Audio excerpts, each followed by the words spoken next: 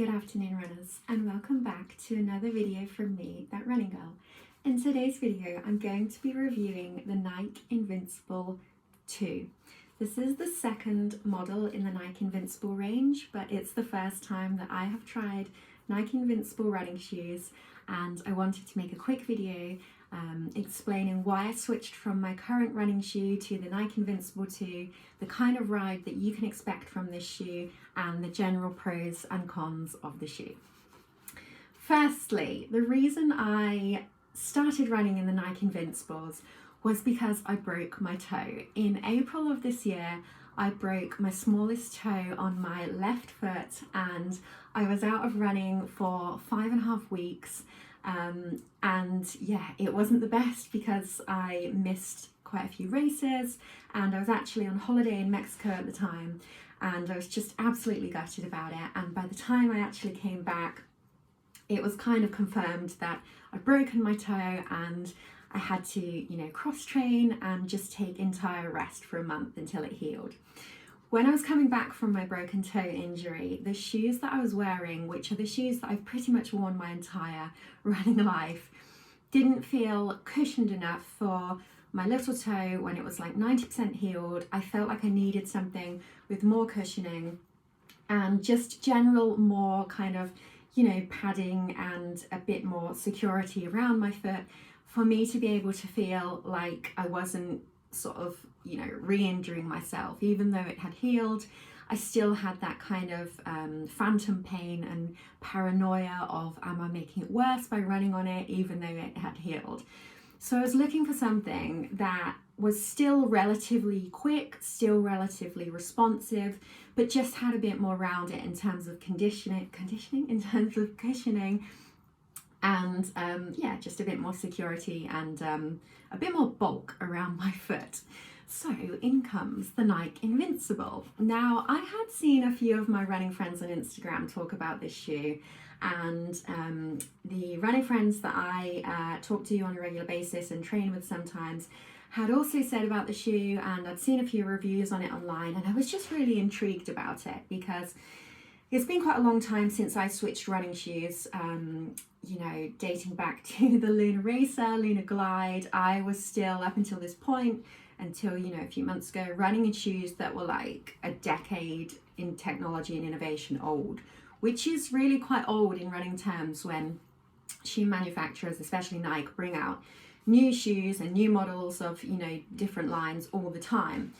So the first thing I did was actually buy a pair of Nike Invincibles off eBay. Anyone who knows me will know that I absolutely hate paying full price for a running shoe. And if I can get away with getting like a pair that's been worn once or twice off eBay, I will do it. It's also really good because not only is it obviously so much cheaper, but you can try out the shoe before, knowing whether you're going to get on with it or not, because obviously you can't just send them back when you've run in a shoe and then you decide, oh, actually, I don't like that shoe. You can't then send them back, and your best bet is to, sell them on. So I just thought it was a really good option for me to try the shoe, to get a second-hand pair on eBay and see how I got on with them. Now, the first thing that I will say when I opened these shoes, when I got them in the post, was how bulky and really kind of ugly they looked. I thought they was like the ugliest shoe ever when they arrived, and I instantly thought that I wouldn't be able to run in them. I instantly thought these are 100% just going back on eBay. I do not want to even be seen with these things on my feet. But once I tried them on, they had this responsive spring to them that I have never actually experienced in another running shoe. Now, the one thing to say about these shoes is they are not carbon plated running shoes. So when I'm talking about the responsive spring on them, I'm not talking about a carbon plate in the midsole. I'm literally just talking about the Zoom X foam on the bottom of the shoe, which gives you that kind of springy, bouncy, ultra squishy, cushioned ride. That is what you get in the shoe, and that's the instant thing that you will feel in the shoe. Even when you're walking in these shoes, it's like you're just kind of springing along, and it's the best feeling. It's such a fun ride compared to really kind of, low profile, stripped back minimal shoes, maybe like the Pegasus Turbo, which has a real kind of firmness to it. There's no firmness in the shoe at all. It's very squishy, very cushioned, very springy. So that's the first thing I absolutely loved about the shoe. Another thing to note about the shoe is that it has a 9mm drop from heel to toe. So from here to here, the distance is like a 9mm drop. So that gives you, it almost feels like you're running or walking on like a platform, which some people will like and some people don't like. For me, it took a bit of getting used to, but once I was used to it, I really did feel like the energy return that I got from being sort of elevated and it's sort of springing, the shoes like kind of helping me spring off and not rely so much on my toe off, on the foot's kind of forefoot strike when you start running fast. I felt like it kind of took care of that for me naturally without me having to put too much effort in, which was really good when I had, you know, my broken toe and coming back from my broken toe, because it meant that I could still run hard and run fast, especially when I was starting to do races again, but I didn't feel like I was actually having to put my foot down that much in them, which was a really cool thing to experience.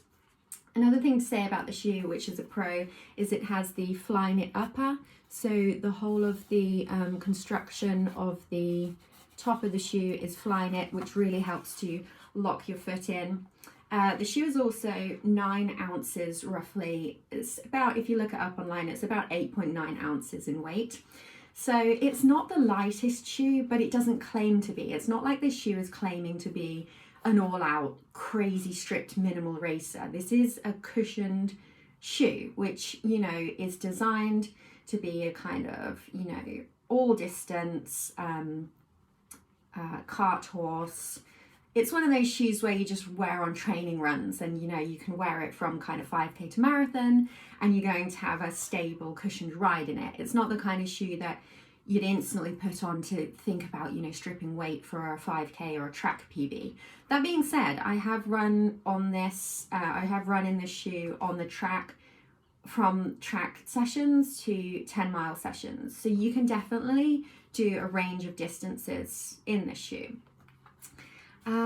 It's super comfy. So like I said, the way that it's cushioned, I can only describe it as a similar feeling to the Lunar Glide. So if anyone's watched my channel for like 10 years, they will know that I started running, when I started running in Nikes, I really liked the Lunar Glide, and the Lunar Glide does have a lot of kind of cushioning around it, and I almost feel like it was one of the pioneers of the kind of bouncy, squishy shoe revolution that everyone seems to have forgotten about Lunars. You know, since carbon shoes came in, people don't really mention them anymore, but I definitely think if you remember the Lunar Glide, then you will experience a similar squishy cushioned ride in this shoe.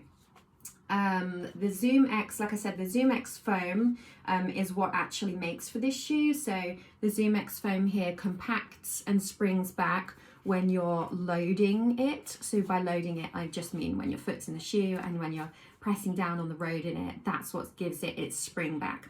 And unlike carbon plated shoes, it doesn't have that kind of tipping point in it. So it doesn't feel, you know, because it doesn't have a carbon plate in it, it doesn't have a rocker in it, which means that it doesn't have that kind of propelling motion to start propelling you forward, like shoes with a carbon plate in. But that can be an advantage in some ways, I think, for people that are just getting into, like me, for example. I hadn't experienced like carbon plated shoes before, and I've only literally just ordered a pair now, and I will do a review on that soon. But yeah, for me it was a real nice introduction into the kind of springy, responsive energy return shoe without actually going the whole hog and buying a carbon plated shoe, because also you have the kind of springiness and the cushioning is felt throughout this shoe. It's not like just on the tipping point when you're about to toe off, which I think is a really nice thing.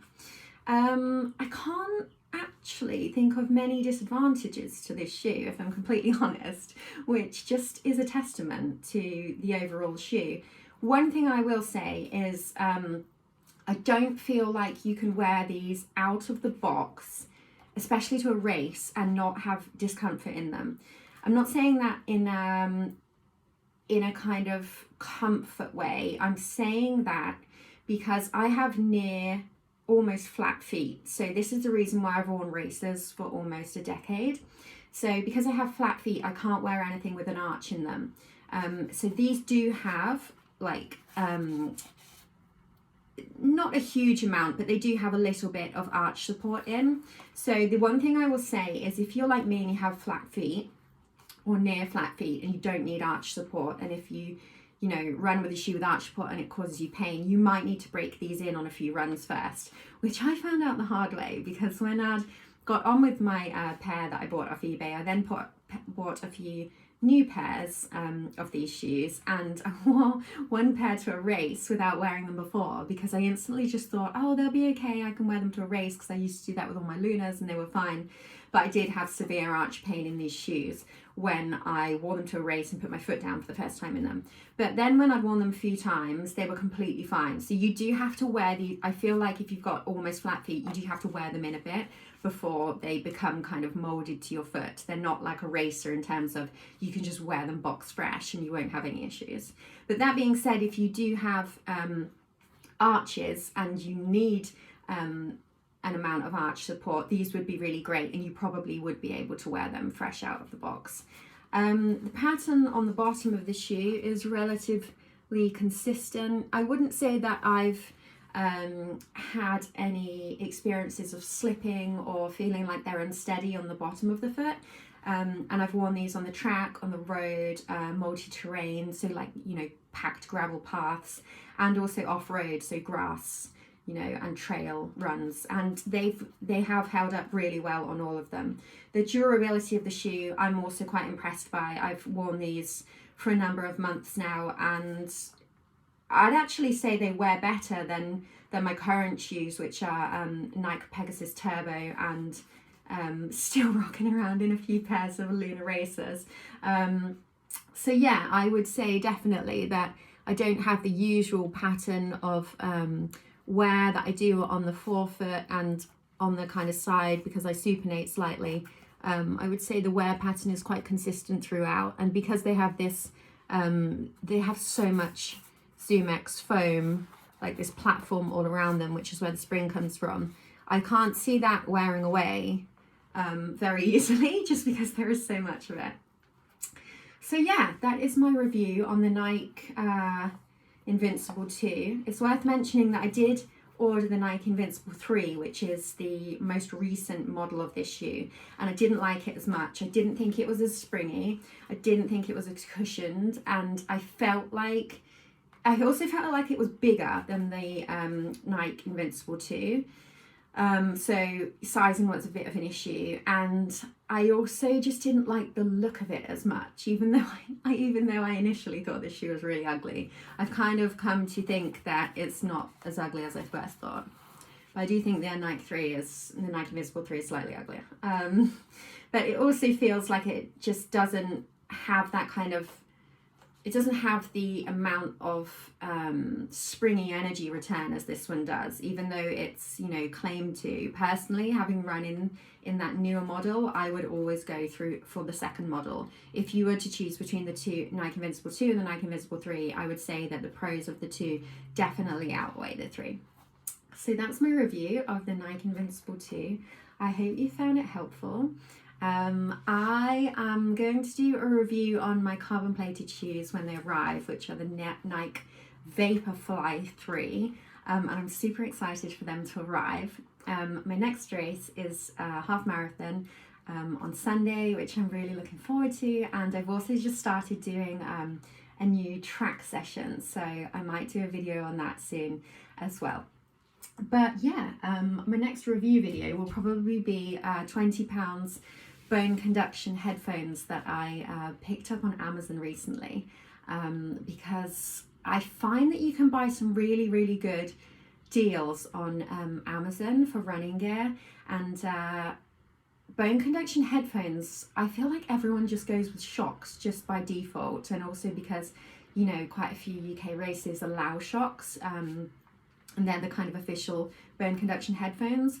But personally, I have found these £20 bone conduction headphones to be amazing. So I'm going to do a review on those in my next video. And until then, I hope you're all running well, and I'll see you in my next video.